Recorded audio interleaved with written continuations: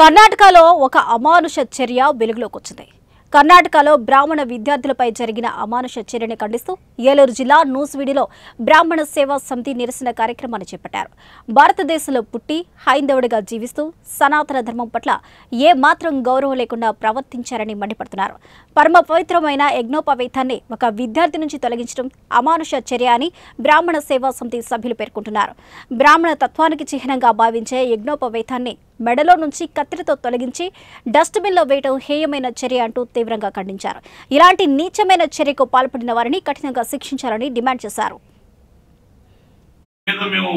సంఘటన గురించి విచారించమని తెలియజేస్తున్నాం. నూజివీడు సభ్యులందరం కూడా, రాష్ట్ర సభ్యులందరూ కూడా దీన్ని తీవ్రంగా ఖండిస్తున్నాం. మరి ఇంకొకసారి ఇటువంటి జరగకుండా చూడాలని సిద్ధరామయ్య ప్రభుత్వానికి కానీ కర్ణాటక అధికారులందరూ కూడా మనం చేస్తాం. మరింత ఉధృతం చేస్తాం. కేంద్ర ప్రభుత్వానికి కూడా దీని మీద మేము సంఘటన గురించి విచారించమని తెలియజేస్తున్నాం. నూజివీడు సభ్యులందరం కూడా, రాష్ట్ర సభ్యులందరూ కూడా దీన్ని తీవ్రంగా ఖండిస్తున్నాం.